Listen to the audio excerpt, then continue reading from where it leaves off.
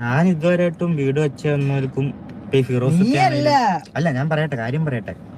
ഞാനൊരു ഇതായിട്ട് ഇതുവരെ പറഞ്ഞിട്ടുമില്ല.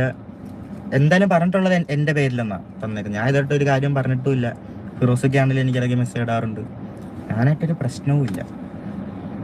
ഇപ്പൊ എന്തെങ്കിലും പ്രശ്നം ഉണ്ടെങ്കിൽ അത് നമ്മുടെ കാര്യം തന്നെ, നമ്മളാണ് ചെയ്തോളൂ. അവരുടെ ഒന്നും ഉത്തരവാദിത്വം പറഞ്ഞാൽ ഉത്തരവാദിത്വം അല്ല, അവരങ്ങനെ ഒരു മനസ്സ് വെച്ച തന്നെ നല്ലൊരു കാര്യം. എന്താ നമുക്കൊരു വീടില്ലാത്ത സമയത്ത് വീട് തന്നതും.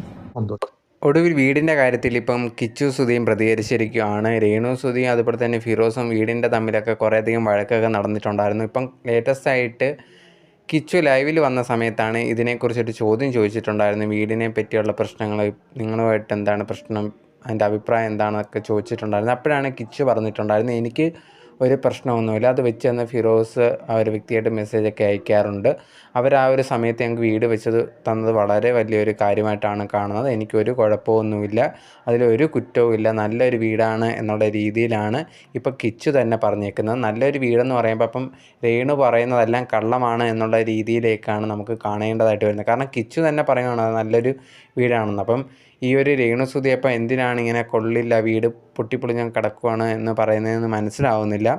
ഈ ഒരു കിച്ചു പറഞ്ഞതോടെ ഈ ഒരു വിഷയം ഭയങ്കര ചർച്ചാ വിഷയമായിക്കൊണ്ടിരിക്കുകയാണ്.